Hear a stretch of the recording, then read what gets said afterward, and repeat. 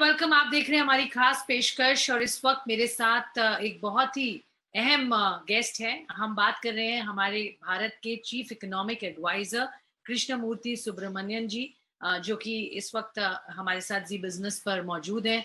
उनसे हम चर्चा करेंगे इकोनॉमी की करंट सिचुएशन और आगे किस तरीके का आउटलुक लग रहा है। बहुत बहुत धन्यवाद सर, आपने हमें समय दिया, हमसे बात की।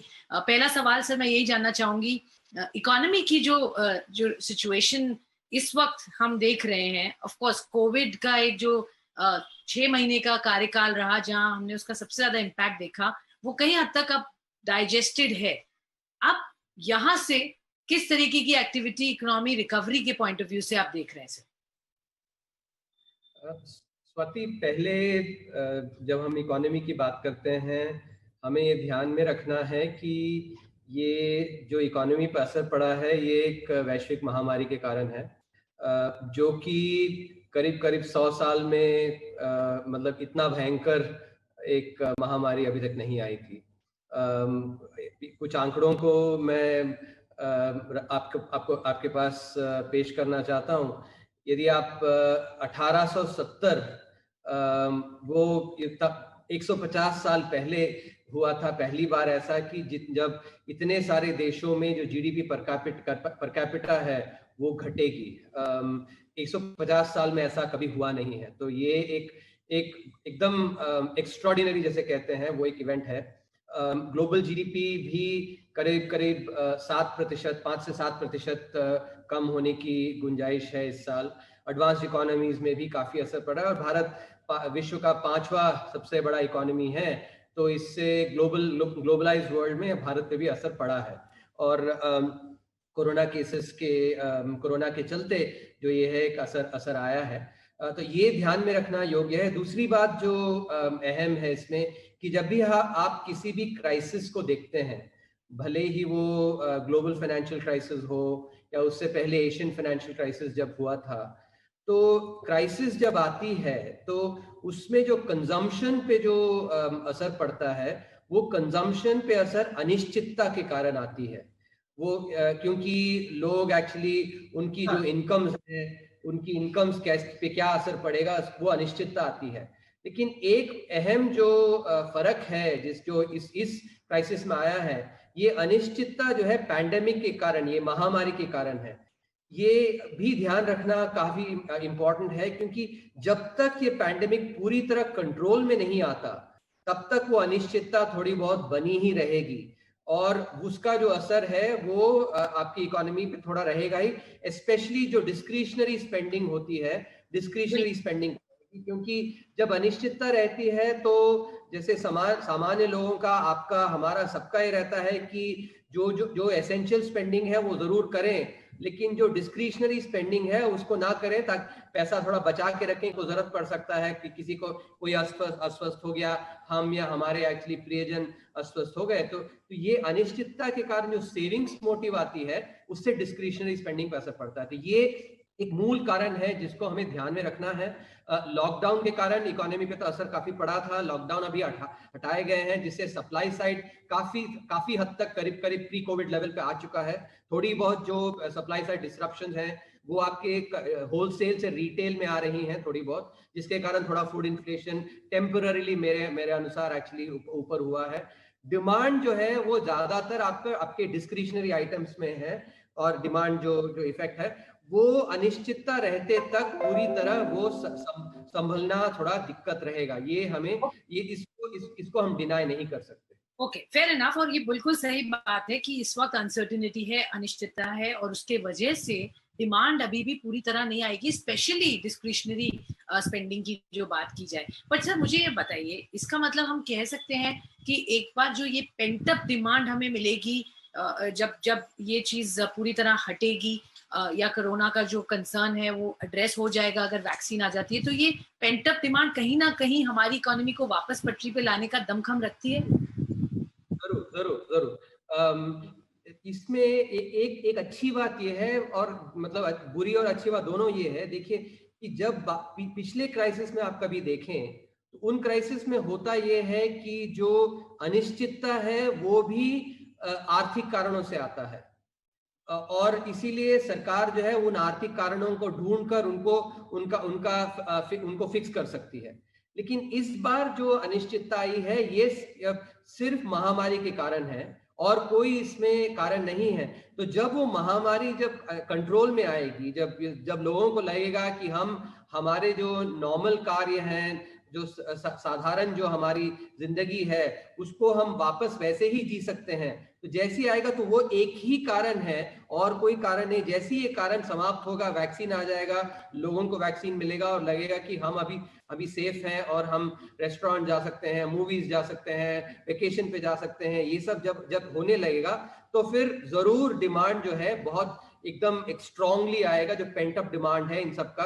क्योंकि हम सब भी, आपको भी लगता होगा, हमें भी लगता होगा कि जो नॉर्मल लाइफ है, एक मूवी जाके देखें, एक बाहर जाए, कहीं बाहर जाने जाए, तो वो जो पेंट अप डिमांड है वो जरूर आएगा। तो इसीलिए ये एक अच्छा बेनिफिट है कि मल्टीपल फैक्टर्स नहीं है इसमें, मूलतः एक ही कारण है और जैसे ही वो कारण ठीक हो जाएगा तो फिर आपका पेंट अप डिमांड जरूर आने लगेगा। ओके, तो पेंट अप डिमांड आएगा, ये एक अच्छी बात है और वो हम डेफिनेटली स्ट्रॉन्ग रिबाउंड देखेंगे, शार्प रिवाइवल देखेंगे। बट तब तक सर, जब तक ये नहीं होता है, और क्योंकि कोई टाइम नहीं लगाया जा सकता है, अगले कुछ महीने, हो सकता है साल भी लग जाए जब तक चीजें वापस आए, तो उस बीच के पीरियड में, अंतरकाल में किस तरीके के स्टेप्स गवर्नमेंट की तरफ से आने चाहिए जो कि डिमांड साइड को एड्रेस करें? क्यों अभी भी जैसा हमें पता है और हमने डिस्कस ऑलरेडी कर लिया है कि डिमांड पूरी तरह तो नहीं आ पाएगी, बट फिर भी किसी तरीके के इंसेंटिव्स, पुश, एक पीरियड, टाइम बाउंड पीरियड के लिए ही अगर देने की बात की जाए, कुछ सेक्टर्स जिन्होंने सबसे ज्यादा असर देखा है और उन पे सबसे ज्यादा इम्पैक्ट भी हुआ है, aviation, hospitality and so on and so forth, इन सब के लिए किस तरीके की मदद सरकार सोच रही है? क्या हम कुछ उम्मीद कर सकते हैं? स्वाति, पहले तो हम ये जरूर ध्यान में रखें कि जो आत्मनिर्भर भारत का जो पैकेज आया था 10% जीडीपी का, जिसमें कि जो फिस्कल कंपोनेंट है वो करीब 1.5% करीब अंदाजन था।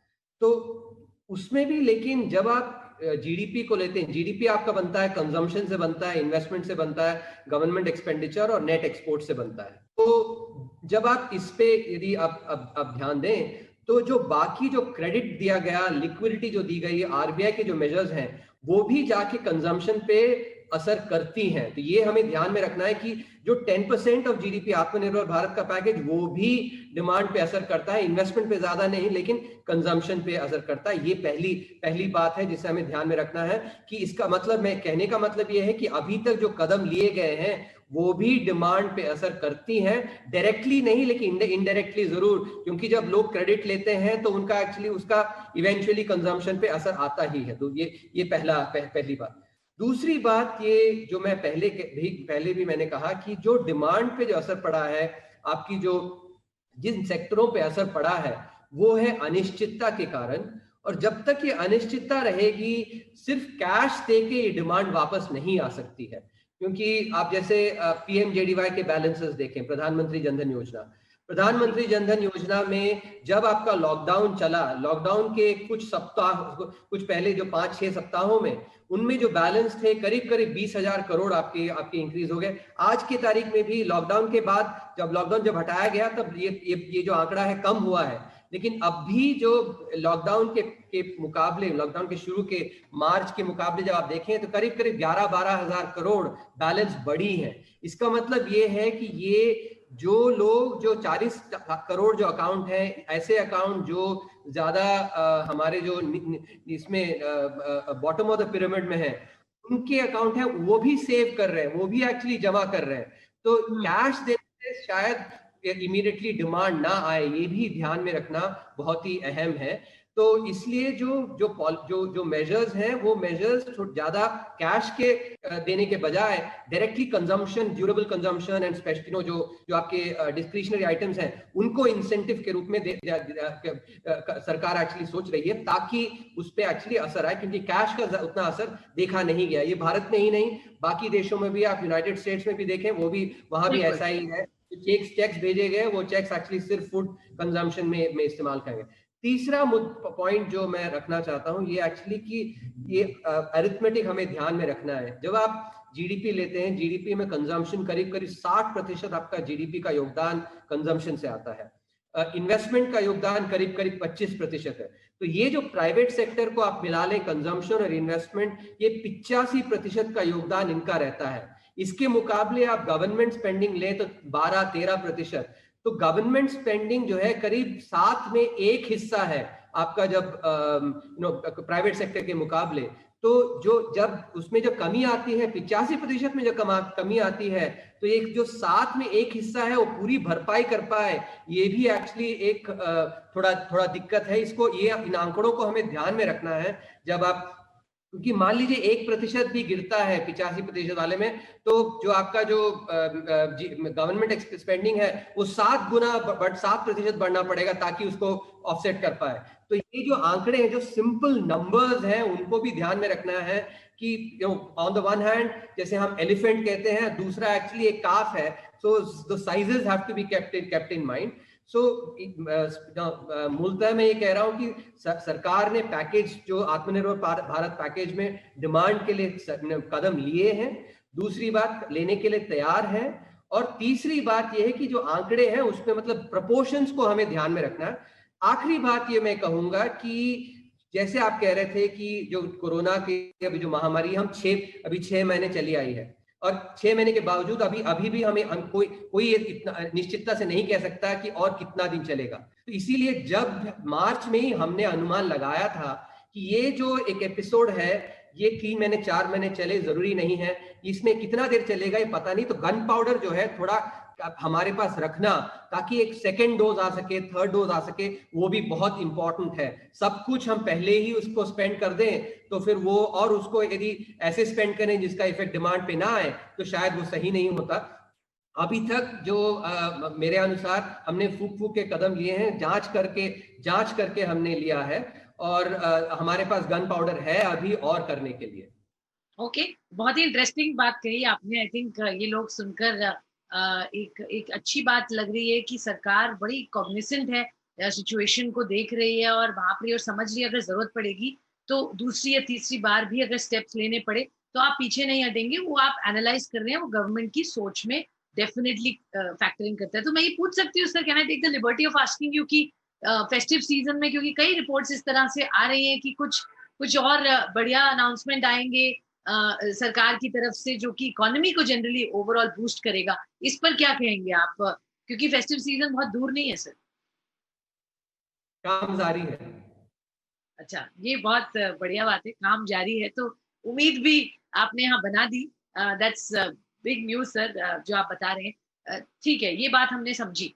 अब मैं आपसे जानना चाहती हूँ, जिस तरह से एक बैंकिंग सेक्टर पर यहाँ असर देखने को इसका मिला, और आरबीआई ने काफी यहाँ स्टेप्स लिए, सरकार ने स्टेप्स लिए कि कैसे बैंक्स पर ज्यादा असर ना हो, प्रोविजनिंग पहले बढ़ा दी जाए, जिसमें उनको जो भी असर एनपीएस जो हो रहे हैं उनको भी किस तरह से बेस्ट एड्रेस करें। बट फिर भी सेक्टर के लिए थोड़े कंसर्न्स भी बढ़ गए हैं।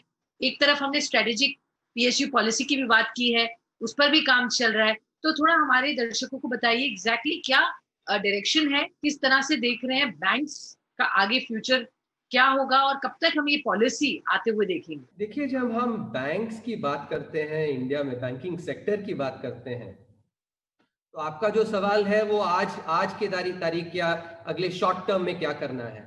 लेकिन मेरा मैं जब बैंकिंग सेक्टर को देखता हूँ, ये एक सेक्टर है जिसमें करीब मैंने पिछले 20-25 साल अपने खपाए हैं इस सेक्टर को समझते हुए।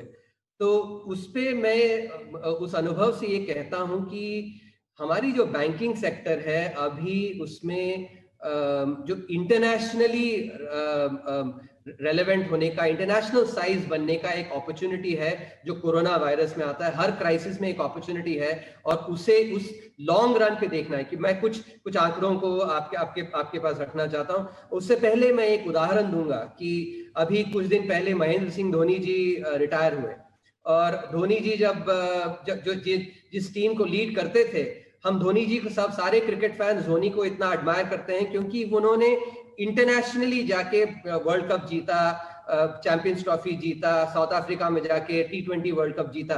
इसका यदि हम मुकाबला करें 1990s की जो क्रिकेट टीम होती थी, वो देश में तो जब भारत में होता था तब तो बहुत शेरों की तरह खेलती थी, लेकिन जब बाहर जाती थी तो एक्चुअली वो एकदम पिट जाती थी। तो इसी तरह का एक सिचुएशन है जो हमें, हमारी जो एम्बिशन होनी चाहिए वो धोनी की टीम की तरह, ना कि हमारी 90 की जो क्रिकेट टीम थी जो देश में एकदम दहाड़ कर शेरों की जैसे दहाड़ती थी और बाहर जाके एक्चुअली फीके पड़ जाती थी। तो ये एक पर्सपेक्टिव है, हमें जरूर रखना है। इसमें आंकड़े ये ध्यान रखने हैं कि यदि आप टॉप 100 बैंक्स लें ग्लोबली, टॉप 100 बैंक्स में भारत का सिर्फ एक बैंक आता है और वो भी 55 रैंक पे। यदि और भारत की इकोनॉमी जो है 5वीं है, यदि हमारी बैंकिंग सेक्टर हमारी जो इकोनॉमी है उसके साइज के अनुकूल होती तो फिर हमारे पास 6 बैंक होने चाहिए थे जो बड़े हैं। यदि किसी भी इकोनॉमी को लें जो बड़ा हुआ, जब जापान, जब 80 के दशक में जब जापान ग्रो कर रहा था तो 25 जो टॉप 25 में 15 बैंक उनके एक्चुअली जापानीज थे। आज की तारीख में चीन में टॉप 100 बैंक्स में 18 बैंक्स चीनी बैंक हैं। और यदि आप इवन देश लें स्वीडन, स्विट्जरलैंड, जिनकी साइज है हमारे से एक छठा या फिर 8 में 1/8 का साइज, उनके भी 3 बैंक है। तो हमारी जो बैंकिंग सेक्टर है वो भारत के इसमें शायद ठीक है, लेकिन इंटरनेशनली यदि कंपेयर करें तो हमारी जो इकोनॉमी की साइज है उसके मुकाबले बहुत छोटी है और इस पे हमें बहुत काम करना है आज की। तो ये एक रीसेट का एक अपॉर्चुनिटी है जिससे कि बैंकिंग सेक्टर ग्रो करे और हमारी जो इकोनॉमी को और बढ़ाने में एड करे। तो मैं ये लॉन्ग रन पे मैं और जोर दूंगा क्योंकि वही बहुत अहम है। कोई भी इकोनॉमी बैंकिंग सेक्टर के सपोर्ट के बिना जो ग्रो करना बहुत मुश्किल हो जाता है। जो short term medium term issues हैं उसको हम जरूर देख रहे हैं, बट ये लॉन्ग टर्म विजन जो है ये बहुत इंपॉर्टेंट है। दोबारा कहूंगा कि हमें धोनी की टीम के जैसे बनना है, ना कि 90 की दशक की जो क्रिकेट टीम थी। ओके, धोनी की टीम जैसा बनना है और वहीं सरकार उस तरफ ही पुश कर रही है बैंकिंग स्पेस को। बट सर मैं जो चाह रही हूँ जानना ऑन अ लार्जर सेंस, जो स्ट्रेटेजिक पीएसयू पॉलिसी है वो एक बहुत बड़ी सोच है सरकार की तरफ से, ये कहने की तरफ कि हम अपना पार्टिसिपेशन बिजनेस में बहुत ही मिनिमम रखेंगे, 1 से लेकर 4 तक ही ज्यादा से ज्यादा एक सेक्टर में हम प्रेजेंट होंगे जो कि स्ट्रेटेजिक नेचर है, बाकी से हम एग्जिट करेंगे। ये इजियर सेड देन डन है सर। इस पर क्या डेवलपमेंट्स हैं, किस तरीके का आगे फोकस है? ये बहुत सारे सेक्टर्स को इनकम्पास करता है, तो मैं ये जानना चाह रही हूँ इस पर हम अब नेक्स्ट अपडेट्स कब तक मिल सकते हैं?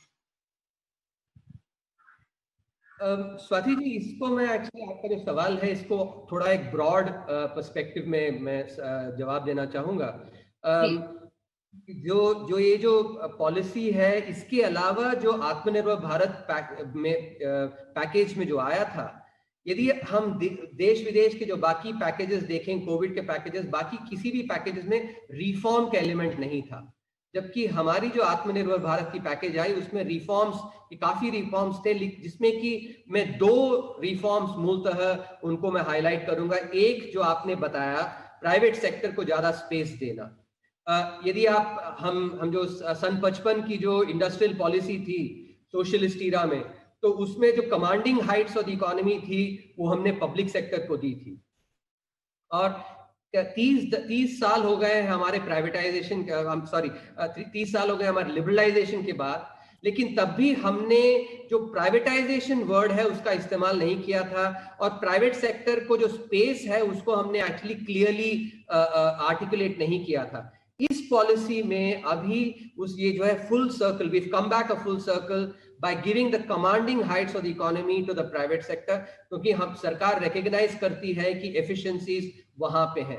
तो पॉलिसी इंटेंट में इसका एक बहुत अहम इम्पैक्ट है, क्योंकि जब हम देखते हैं कि आगे चल के सारे जो नॉन स्ट्रेटेजिक सेक्टर्स हैं उनमें सरकार actually will have no business being in business, and only strategic sectors में उनमें भी कंपनीज करीब मैक्स 4 स्टेट ओन्ड एंटरप्राइजेस रहेंगी।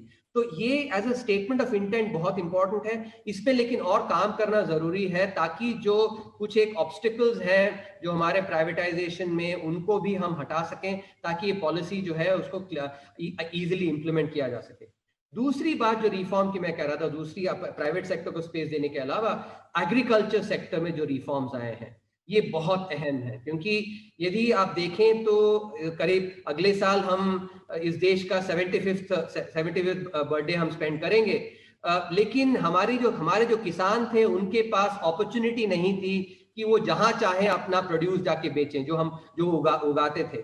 वो उसको हमने बदल दिया है जो एपीएमसी रिफॉर्म्स के तहत। इसी तरह एसेंशियल कमोडिटीज एक्ट, जिसमें कि यदि आप स्टोर करते थे, स्टोरेज को होर्डिंग मान दिया जाता था, तो जिससे कि वेयरहाउस इंफ्रास्ट्रक्चर, स्टोरेज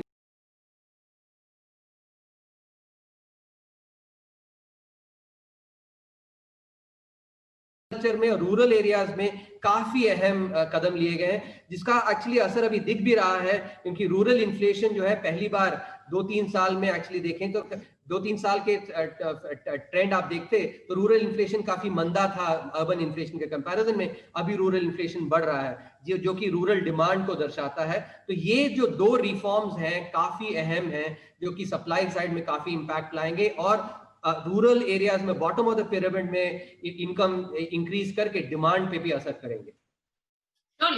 ये अहम रिफॉर्म्स हुए हैं और उसका असर भी हम देख रहे हैं। एक सवाल डिसइन्वेस्टमेंट्स को लेकर और फिस्कल डेफिसिट, जो एक बड़ा नंबर हमेशा होता है और अभी भी वो एक चैलेंज की तरह है इस साल, चूंकि we are not the only one, I am sure ये हर कंट्री के लिए एक चैलेंज रहेगा। बट इंडिया के पॉइंट ऑफ व्यू से सर, इस वक्त फिस्कल डेफिसिट की जो कंसर्न्स है वो कितनी हैवी है? क्या वहां पर कुछ चेंजेस करने की जरूरत पड़ेगी, वो रिवाइज किए जाएंगे? Because it's quite like logical कि वहां हम नहीं मीट कर पाए इस बार जो हम चाह रहे हैं, specially on the disinvestment front, क्योंकि जो कंपनीज इंटरेस्ट भी दिखा रही हैं वो यहाँ खुद फिजिकली नहीं आ पा रही हैं, they are pushing timelines and so on. तो उस पर आप क्या कहेंगे? और डिसइन्वेस्टमेंट टारगेट की बात करें या फिस्कल डेफिसिट की बात? देखिए, जैसे पहले मैंने कहा था स्वाति जी, ये एक ऐसा एक इवेंट है जो करीब 100 साल में पहली बार इस तरह का एक इवेंट आया। जैसे कल वित्त मंत्री साहिबा ने भी कहा था, एन एक्ट ऑफ गॉड, जो which basically leads to force majeure. तो इस समय में जो भी सरकार को करना है इकोनॉमी को प्रोटेक्ट करने के लिए, इकोनॉमी को सपोर्ट करने के लिए, सरकार करेगी। और उसमें ज़रूरी नहीं है कि हम इन कंस्ट्रेंट्स को लेके हम एक्चुअली ज़्यादा वरी करें, क्योंकि ऐसे समय में सरकार की स्पेंडिंग बहुत इंपॉर्टेंट होती है। और जो क्लॉजेस हैं एफआरबीएम एक्ट और बाकी, इसमें ऐसे समय के लिए ही होते हैं। तो इस पे ज़रूर फिस्कल डेफिसिट पे असर पड़ेगा। हमारी जो बोरोइंग प्रोग्राम है, आपने देखा है बोरोइंग प्रोग्राम में भी एक्चुअली बदलाव आया है, और यदि ज़रूरत पड़े तो और भी करेंगे। लेकिन ये एक बहुत ही अहम है, क्योंकि ऐसे समय में गवर्नमेंट स्पेंडिंग बहुत अहम होती है इकोनॉमी को सपोर्ट करने के लिए। गवर्नमेंट स्पेंडिंग अहम है इकोनॉमी को सपोर्ट करने के लिए। आपने ऑलरेडी कहा वहां पर भी कुछ काम चल रहा है। वी आर होपिंग कुछ बढ़िया और अच्छे अनाउंसमेंट्स आएंगे इकोनॉमी को आगे बढ़ाने के लिए। एक फाइनल सवाल सर, इन्फ्लेशन पर आपका क्या व्यू है? अभी थोड़ा स्कोप है बढ़ने के लिए, क्योंकि हमें ग्रोथ की तरफ फोकस करना है। तो आपके हिसाब से क्या आउटलुक लग रहा है इन्फ्लेशन को लेकर? देखिए, एक तो पहली बात ये हमें कहना पड़ेगा कि जो इस पिछले समय में जो इन्फ्लेशन प्रिंट आई, वो डेटा के कारण थोड़े इश्यूज भी थे, क्योंकि लॉकडाउन में डेटा उतना आसानी से नहीं आ पाया, तो थोड़ी इनएक्यूरेसीज होंगी। इसीलिए इसको जो ट्रेंड है, मीडियम ट्रेंड जो इन्फ्लेशन का आ रहा है, उसको देखने के लिए जो बाकी बाद में जब इंडिकेटर्स आएंगी उनको हमें ध्यान देना पड़ेगा, क्योंकि उसमें डेटा की प्रॉब्लम नहीं होंगी। लेकिन कॉन्सेप्चुअली यदि मैं देखूं तो जो कोविड का जो एपिसोड है, ये एक डिफ्लेशनरी एपिसोड है। डिफ्लेशनरी, और क्योंकि डिमांड पे, जैसे मैंने कहा कि स्पेशली डिस्क्रिशनरी आइटम्स पे डिमांड पे काफी असर पड़ा है। तो जो हमें इन्फ्लेशन अभी दिख रही है, ये प्राइमरीली आपकी जो सप्लाई साइड जो फ्रिक्शंस है होलसेल से रिटेल में, ओवरऑल होलसेल में नहीं है, क्योंकि आप यदि WPI देखें तो WPI एक्चुअली जो है वो उसमें कोई प्रॉब्लम नहीं दिख रहा है। In fact WPI seems to be deflationary. तो जो भी इन्फ्लेशन आ रहा है वो CPI में आ रहा है। That's because of the wholesale और रिटेल के फर्क में, जो सप्लाई साइड होलसेल से रिटेल तक जाने में जो थोड़ी बहुत लोकल लॉकडाउन भी हो रही है जिसके कारण फ्रिक्शंस आई हैं। तो ये मुझे लगता है कि ये सप्लाई साइड फ्रिक्शन धीरे धीरे कम हो रही हैं।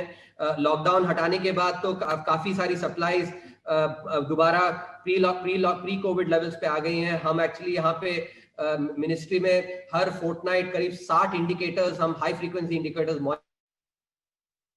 मॉनिटर करते हैं, और उससे हमने देखा है कि जो प्री कोविड लेवल्स पे काफी सप्लाईज वापस आ गई हैं। जो हम थोड़ी बहुत देख रहे हैं वो primarily because of supply side frictions from wholesale to retail. Wholesale में अभी तक उतना कुछ है नहीं, क्योंकि एक टेम्पररी इफेक्ट था। It's like hands not being on the machines, जो कि अभी लॉकडाउन हटने के बाद वो प्रॉब्लम हट गई। तो मुझे लगता है ओवरऑल कि जो रिटेल इन्फ्लेशन में CPI में जो थोड़ी इंक्रीज आई है वो टेम्पररी होनी चाहिए। मुझे नहीं लगता कि वो परमानेंट होगी, क्योंकि ये सप्लाई साइड फ्रिक्शंस, और वो भी एक localised from wholesale to retail के कारण है। ओके, तो ये टेम्पररी होगी, ये आपका अनुमान है। बहुत बहुत शुक्रिया professor for giving us time, हमसे बातचीत करने के लिए इकोनॉमी पर, आगे की क्या आउटलुक है, कहाँ हमारी अपॉर्चुनिटी है, और सबसे इंटरेस्टिंग टेकअवे है कि हमें धोनी की तरह यहाँ खेलना है। इंटरनेशनल लेवल पर हमारा प्रदर्शन बेहतरीन होना चाहिए, specially from the banking space, और हमें देखना है टू वॉच आउट फॉर जो सरकार की तरफ से कुछ और अनाउंसमेंट्स इकोनॉमी को बूस्ट करने के लिए आते हैं, तो उस पर हमारी नजर रहेगी। बहुत बहुत शुक्रिया professor, thank you once again.